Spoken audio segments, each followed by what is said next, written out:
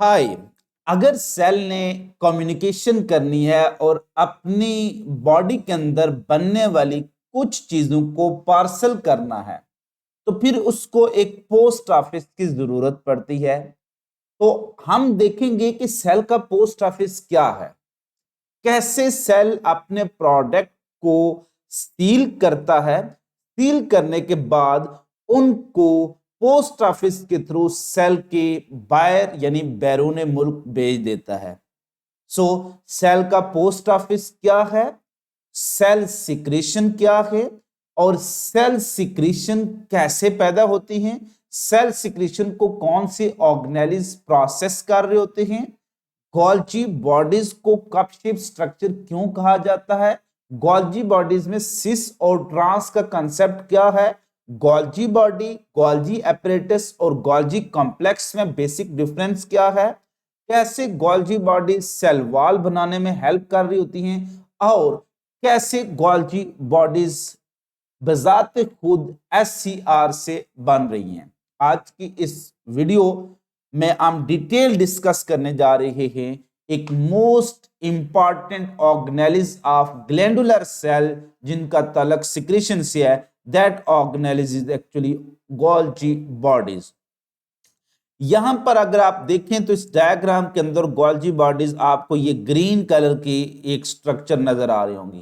तो ये जो स्ट्रक्चर्स हैं इनको हम कहते हैं गोल्जी बॉडी। इनकी डिटेल क्या है आगे हम वन बाय वन देखते हैं।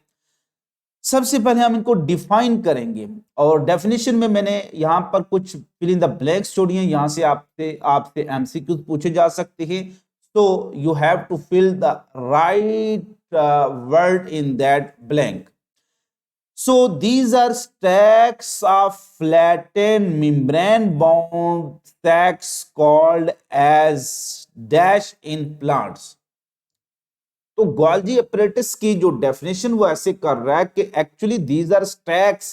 स्टैक्स कहते हैं हम ढेर को। देखें ये एक है, ये दूसरा है, तीसरा है। ऐसे लग रहा है कि किसी बहुत सी चीजों का एक ढेर सा बना हुआ को फ्लैटेंड। फ्लैटेंड मीन चिपटी सी। ये देखने ये चिपटी सी मेम्ब्रेन बाउंड सैक है, इसके अंदर ये व्हाइट व्हाइट कलर किस्म का कोई ना कोई चीज भरी हुई है।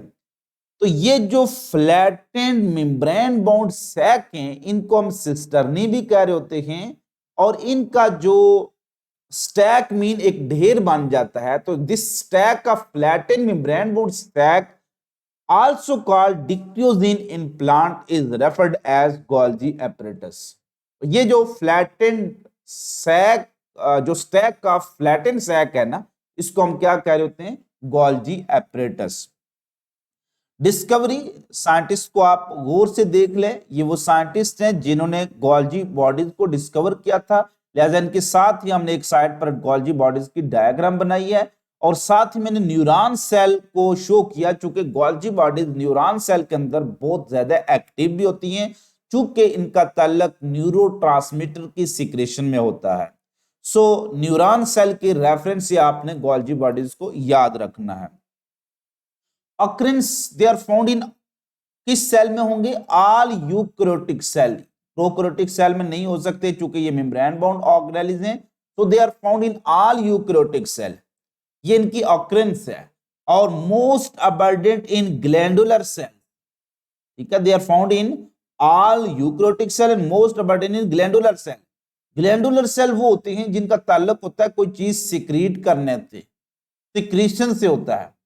इनको आगे हम डिटेल में भी पढ़ते हैं। सिक्रीशन में हमारे पास आ जाती हैं कोई भी सेल जो म्यूकस सिक्रीट कर रहा है, कोई भी सेल जो एंजाइम एक्स्ट्रा सेलुलर एंजाइम बना रहा है, हार्मोन बना रहा है, वो न्यूरोट्रांसमीटर बना रहा है या फेरामोन्स बना रहा है। तो कोई भी सेल जो कुछ सिक्रीशन कर रहा होता है उसको हम कहते हैं ग्लैंडुलर सेल।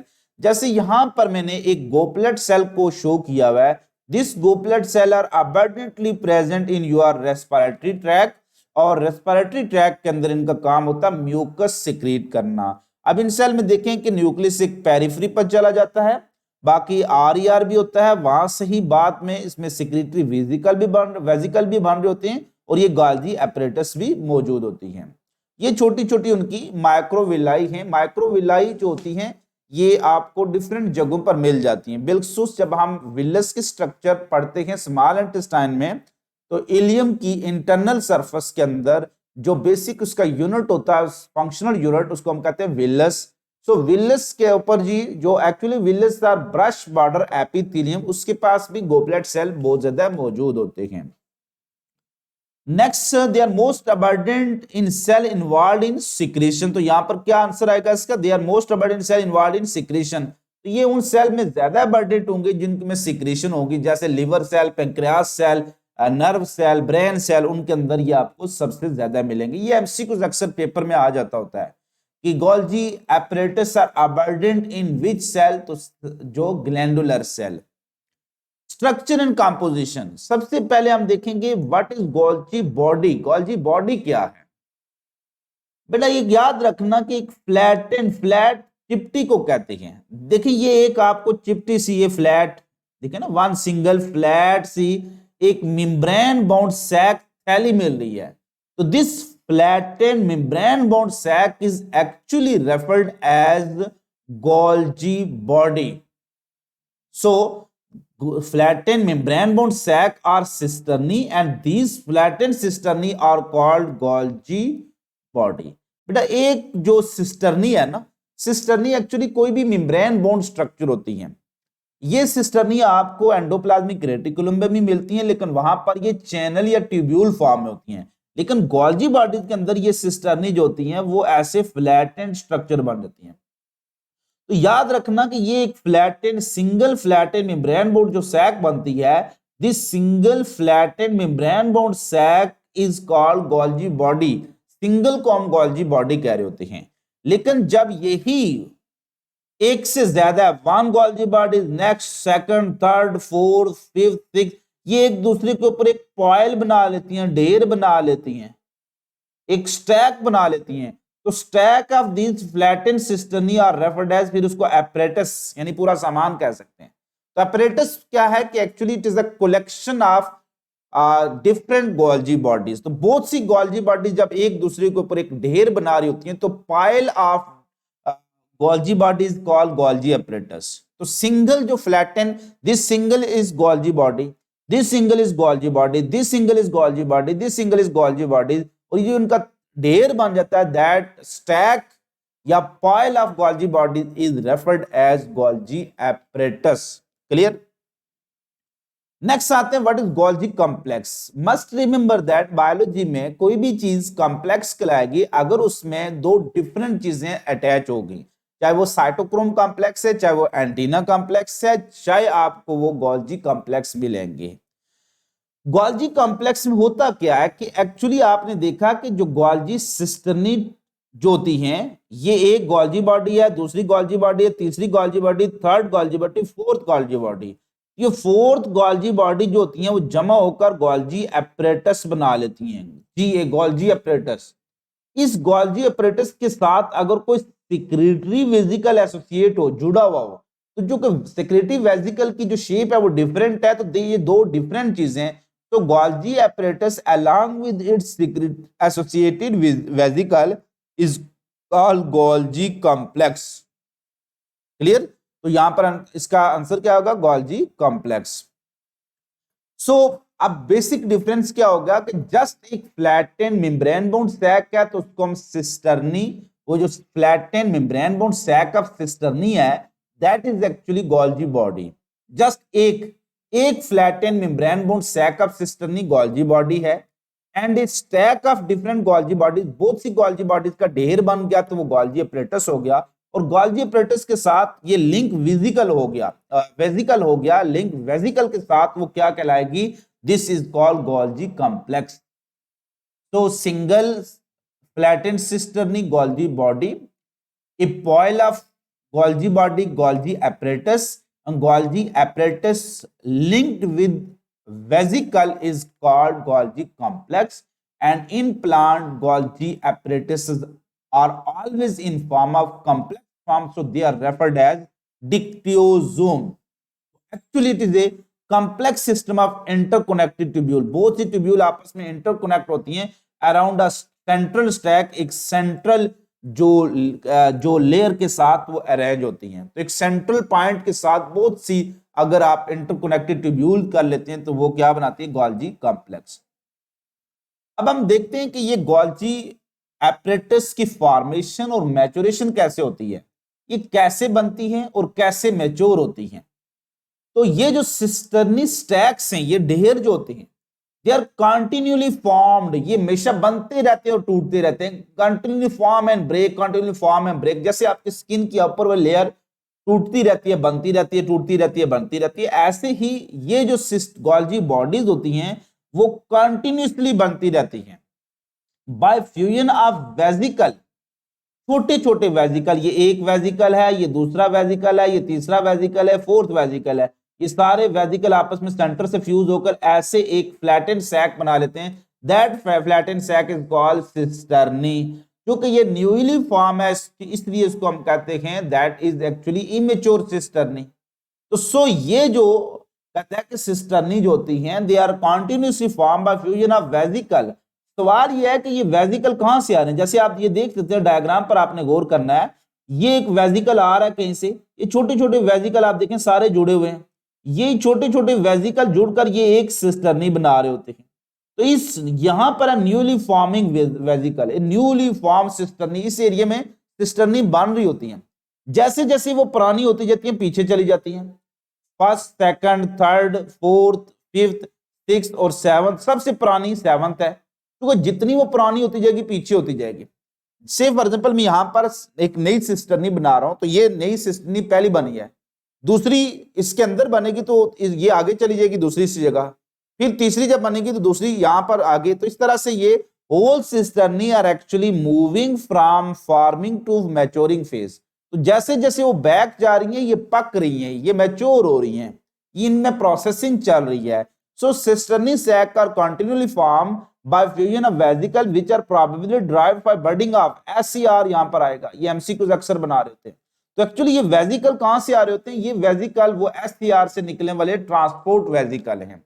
तो प्रोबेबली ये कहा जाता है कि वही ट्रांसपोर्ट वेसिकल यहां पर फ्यूज होकर न्यूक्लियस की सरफेस के ऊपर वो बना रहे होते हैं न्यू सिस्टर्नी।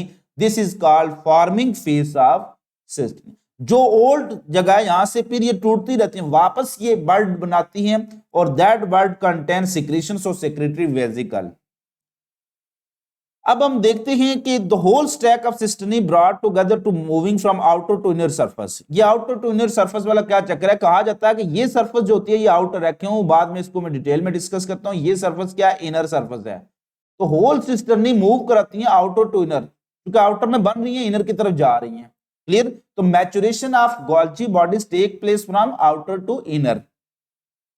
अब जो बेसिक डिफरेंस है दो फेज बन के, forming phase and maturation phase, very very important concept है और अक्सर इसमें से एमसीक्यूज एंट्री टेस्ट या किसी भी एमसीक्यूज बेस्ड टेस्ट में आ रहे होते हैं। लेकिन प्रॉब्लम यह है कि यहां पर ही बच्चे सबसे ज्यादा गलती कर रहे होते हैं और स्टूडेंट सबसे ज्यादा यहां पर कंफ्यूज होते हैं कि फॉर्मिंग फेज क्या है, मैच्योरिंग फेज है क्या है, आउटर फेज क्या है, इनर फेज क्या है। तो उसके लिए मैं एक सिंपल सी एक सिंबॉलिक आपको कुछ चीजें बताऊंगा। एक उस सिंबॉलिक आपने लर्निंग को याद रखना है, वो ये है कि you have to assume Golgi bodies as a cup of tea. आप समझ लें Golgi bodies are just like a cup of tea and that cup of tea is lying on nucleus, वो न्यूक्लियस के ऊपर पड़ा हुआ है। दो तरह के कप होते हैं, आप तो वो शायद वो कप इतने कम हो गए जिसमें आप दूध जलेबी पीते हैं, तो वो कप आप देखें दूध जलेबी वाला कप इस तरह का होता है, ऐसे होता है ना। तो वो कप जो दूध जलेबी वाला ऐसा होता है। तो ये जो कप का जो बाहर वाला हिस्सा होता है एक्चुअली इसकी इस पर वो बैठा होता है। तो कप का जो बाहर वाला हिस्सा वो कौन सा है, जिस जो जमीन के साथ टच हो रहा होता है, जो बाहर की तरफ है। और इनर साइड कप की कौन सी होती है, जिसमें आपने दूध जलेबी डाली हुई है। क्लियर। तो याद रखना Golgi bodies are actually just like, Golgi apparatus are just like a cup of tea lying on the nucleus. अब मैं अगर आपसे पूछूं कि कप ऑफ टी है लाइंग ऑन न्यूक्लियस, तो उसका आउटर पार्ट किसके करीब होगा। तो कप किसके ऊपर पड़ा हुआ है, न्यूक्लियस के ऊपर, तो उसका आउटर पार्ट तो होगा ना जो जमीन के साथ टच है। तो न्यूक्लियस की साइड वाली उसकी जगह क्या होगी, आउटर। क्लियर। तो हमेशा जो गोल्जी बॉडीज होती हैं उनका आउटर फेस क्या होता है, दैट फेस न्यूक्लियस, और इनर क्या होता है, that face plasma membrane, one of the most important concept. Golgi bodies are just like cup of tea lying on a nucleus, and actually outer face of Golgi body is this one that is present on nucleus, and inner face is close to the plasma membrane in which actually T is present. So यहां से point आपने याद रखना है कि जो outer होता है वहां से वो गोल्जी बन रही होती है. तो सबसे पहले आपने यही देखा ना, बैक स्लाइड आप देखें तो ये आउटर होता है, ये एक्चुअली ऐसे न्यूक्लियस पर पड़ा होता है. तो यहां पर जो फॉर्मिंग फेज है इट इज आउटर होता है, और ये कन्वेक्स भी होता है. देखें ना, ये फेज क्या होगी, आउटर, और ये क्या होती है, कन्वेक्स भी होती है. जो ये फेज आता है जो न्यूक्लियस के ऊपर पड़ा होता है, प्लाज्मा मेम्ब्रेन को फेस कर रहा है, इट इज इनर, और वो कनकेव भी होता है. सो फॉर्मिंग और मैच्योरिंग फेज में डिफरेंस क्या है कि वो पार्ट जो कि न्यूक्लियस पर पड़ा हुआ जहां पर न्यू सिस्टर्नी बन रही थी बाय फ्यूजन ऑफ वेसिकल, वो है फॉर्मिंग फेज. तो forming phase is the phase where new cisternae are formed. तो यहां पर क्या होंगी, new cisternae are formed here by fusion of vesicle that originate from SER. लेकिन जो मैच्योरिंग फेज था वहां से सिस्टर्नी ब्रेक होती हैं, जब वो पुरानी हो जाती है, स्किन पुरानी हो जाती है, यहां से उतर जाएगी ना, तो जो ओल्ड सिस्टर्नी होंगी वो ब्रेक होंगी हेयर. क्लियर. तो सो जो फॉर्मिंग फेज है इसको हम सिस गोल्जी कहते हैं, और इसके अपोजिट को हम ट्रांस कैरी होते हैं. तो ये बेसिक डिफरेंस है. What is true about forming phase, it is outer, it is convex, new cisternae form here, and it is actually cis Golgi. Cis Golgi is actually forming phase and trans Golgi is maturing phase. तो ये बड़ा important concept, इसको याद रखना. Functions, one of the most important function of Golgi apparatus is cell secretion, and second is modification of biomolecule, जो कि mostly modify होके SCR में आ रहे होते हैं, और फर्दर मॉडिफिकेशन ये करता है, फाइनल मॉडिफिकेशन, और सेल वॉल सिक्रेशन. अब जो सेल सिक्रेशन है उनके बारे में थोड़ा सा मैं आपको आइडिया बताता हूं, बाकी भी फंक्शन को मैं डिटेल में डिस्कस करता हूं.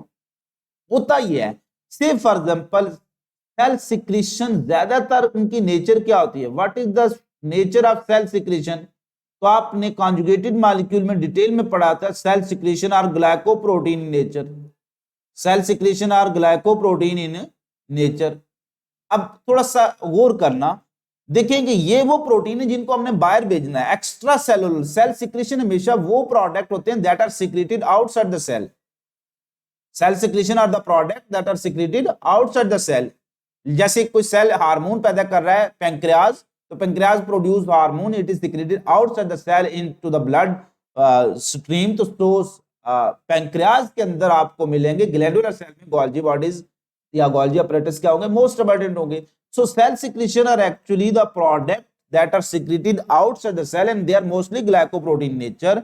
इसलिए प्रोटीन कौन बनाएगा, और ग्लाइकोप्रोटीन में कौन सी दो चीजें हैं, एक इसमें ग्लूकोज के कुछ सब यूनिट होंगे, और दूसरा इसमें क्या होगी, प्रोटीन होगी. अब प्रोटीन कौन सिंथेसाइज करता है, प्रोटीन सिंथेसाइज करता है राइबोसोम्स. इट्स मीन कि हमें सेल सिक्रेशन बनाने के लिए सबसे पहले प्रोटीन बनवानी है. प्रोटीन किसने बनानी है, राइबोसोम. अब ये फ्री राइबोसोम नहीं बनाएंगे, क्योंकि अगर फ्री बनाएंगे तो वो साइटोप्लाज्म में गिर जाएंगी, और फिर उनको वहां से लेना, टेक करना, और फिर उनको आगे प्रोसेस करना मुश्किल हो जाता है. इसलिए खुदा ने एक निजाम रखा हुआ है कि उसने RER के पास क्या रखी होती है, राइबोसोम रखी होती हैं. सो जो RER एंडोप्लाज्मिक रेटिकुलम के ऊपर RER वाली राइबोसोम होती हैं, हमेशा ये एक्स्ट्रा सेलुलर प्रोटीन बनाती हैं, ताकि वो RER में बन के वापस किस में आ जाती हैं, वो SCR में. क्लियर. तो जो भी प्रोटीन बनेगी किसमें, राइबोसोम ऑफ RER, वो RER के अंदर ही उसकी सिस्टर्नी में चली जाएंगी, और RER से वो किस में आ जाएंगी, SCR में. तो राइबोसोम RER से SCR से वो बनेगा ट्रांसपोर्ट वेसिकल. ट्रांसपोर्ट वेसिकल ये ट्रांसपोर्ट वेसिकल है, ये ट्रांसपोर्ट वेसिकल घूमता हुआ आएगा, और यही ट्रांसपोर्ट वेसिकल छोटे छोटे वेसिकल मिलकर क्या बनाएंगे, new Golgi bodies forming phase. तो ये क्या बन जाएगी, गोल्जी बॉडीज फॉर्मिंग फेज. फिर वो मैच्योर होकर गोल्जी बॉडी मैच्योरिंग फेज पर आ जाएगा, Golgi bodies maturing phase. Maturing phase से फिर ये छोटे छोटे वेसिकल सिक्रीट करेंगे. मैच्योरिंग फेज क्या करेगा, गोल्जी बॉडीज एक्चुअली इसको फाइनल प्रोसेस करेगा, क्योंकि गोल्जी बॉडीज के पास होते हैं ग्लूकोज सब यूनिट. गोल्जी apparatus के पास क्या होते हैं, ग्लूकोज सब यूनिट. ये चीज MCQs में भी आ जाती है. Which one the following organelles contain carbohydrate, तो गोल्जी एपरेटस के पास कार्बोहाइड्रेट होते हैं, इसके पास ग्लूकोज होते हैं। अब प्रोटीन चूंकि आर ई आर से किसके पास आई, S C R, S C R ने उसको वो वेजिकल बनाकर ट्रांसपोर्ट वेजिकल ट्रांसपोर्ट कर दिया within the cell, intracellular transport और गोल्जी बॉडीज के फार्मिंग फेज में। फार्मिंग फेज में जैसे ही आया तो उसकी अब प्रोसेसिंग शुरू होगी। प्रोसेसिंग में क्या होगा, प्रोटीन के साथ हम ग्लूकोज सब यूनिट जोड़ेंगे तो वो क्या बन जाएगी, ग्लाइकोप्रोटीन। तो glycoprotein are the finish product. अब हमने इनको, चूंकि ये सेल सिक्रीशन इनको सिक्रीट करना है, और ये सिक्रीशन अगर हम डायरेक्ट साइटोप्लाज्म में नहीं कर सकते क्योंकि ये डेंजरस हो सकता है, लिहाजा हम इसको पैक करेंगे, जो कि पोस्ट ऑफिस ऑफ सेल है ना, इनको बाहर ट्रांसपोर्ट करना है, तो उसको एनवेलप में पैक करेंगे, that is called as the secretory vesicle. तो इस सिक्रेटरी वेजिकल के अंदर आप देखें कुछ ना कुछ चीजें मौजूद होंगी। इस सिक्रेटरी वेजिकल में क्या होंगे, कुछ ना कुछ चीजें हों, ग्लाइकोप्रोटीन हो सकती हैं, जस्ट प्रोटीन हो सकती हैं। तो बाज़ औक़ात ये होता है सेक्रेटरी वेजिकल हम इसको बाहर भेज देंगे। सेक्रेटरी वेजिकल को क्या करेंगे, यहां से सेक्रेटरी वेजिकल निकलेगा, सेक्रेटरी वेजिकल सेल मेम्ब्रेन के साथ फ्यूज करेगा और ये एक्सोसाइटोसिस के जरिए सिक्रेशन बाहर खारिज कर देगा। तो एक तो प्रोसेस ये होगा कि अगर तो ये ज्यादातर ग्लाइकोप्रोटीन प्रोडक्ट हैं तो इनको मैच्योरिंग फेज से वो निकलेगा तो क्या बन जाएगा, सेक्रेटरी वेजिकल, और उसकी क्या होगी, एक्सोसाइटोसिस। लेकिन अगर जो चीज प्रोसेस हुई है वो एक हाइड्रोलिटिक एंजाइम है तो वो फिर लाइसोसोम बन जाएगी। तो वही सेक्रेटरी वेजिकल की दो डेस्टिनेशन हो सकती हैं। अगर उस सेक्रेटरी वेजिकल में आप देखिए ये ब्लू कलर की सेल सिक्रेशन है, ग्लाइकोप्रोटीन है, तो इसने एक्सोसाइटोसिस के जरिए बाहर खारिज हो जाना है, तो इसकी फाइनल डेस्टिनेशन आउटसाइड सेल होगी। लेकिन अगर इसमें हाइड्रोलिटिक एंजाइम है तो ये सेल के अंदर ही रहेगा, इट बिकम प्राइमरी लाइसोसोम। तो प्राइमरी लाइसोसोम भी किससे राइज होता है, वो गोल्जी एपरेटस से ही राइज होता है। सो ये एक था सेल सिक्रेशन का रूट, ये एमसीक्यूज में एंट्री टेस्ट में मस्ट आता है। What is correct sequence of a hormone produced by pancreatic cell?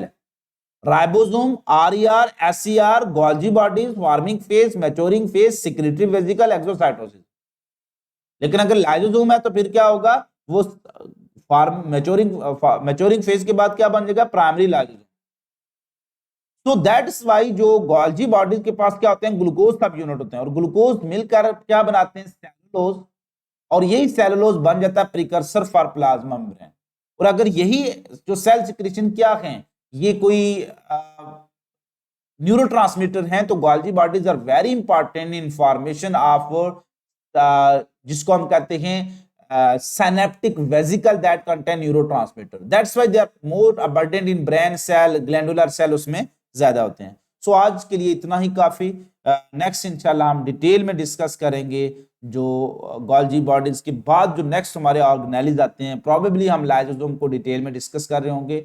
आपका बहुत शुक्रिया, अपने वीडियो को बड़े गौर से देखा, सुना, समझा, और ऐसे ही जुड़े रहिएगा और चैनल को सब्सक्राइब जरूर कर दें ताकि आपको बर वक्त बेहतरीन किस्म की इंफॉर्मेशन मिलती रहे। और टीचर हजरात जो देख रहे हैं अपने बच्चों तक चैनल का लिंक जरूर शेयर कर देना। मेरा यूट्यूब चैनल का हैंडल बन चुका है, मैं जल्द वो भी शेयर कर दूंगा, आप डायरेक्टली उसके थ्रू सर्च कर सकते हैं। वैसे अगर आप सर्च कर रहे हैं तो प्रोफेसर इमरान खान लिखेंगे, फिल्टर लगाएंगे चैनल का, तो पहला चैनल ही मेरा आ जाएगा, आप वहां से सब्सक्राइब कर सकते हैं। फिर मिलेंगे चलते चलते, अपना बहुत ज्यादा ख्याल रखिए।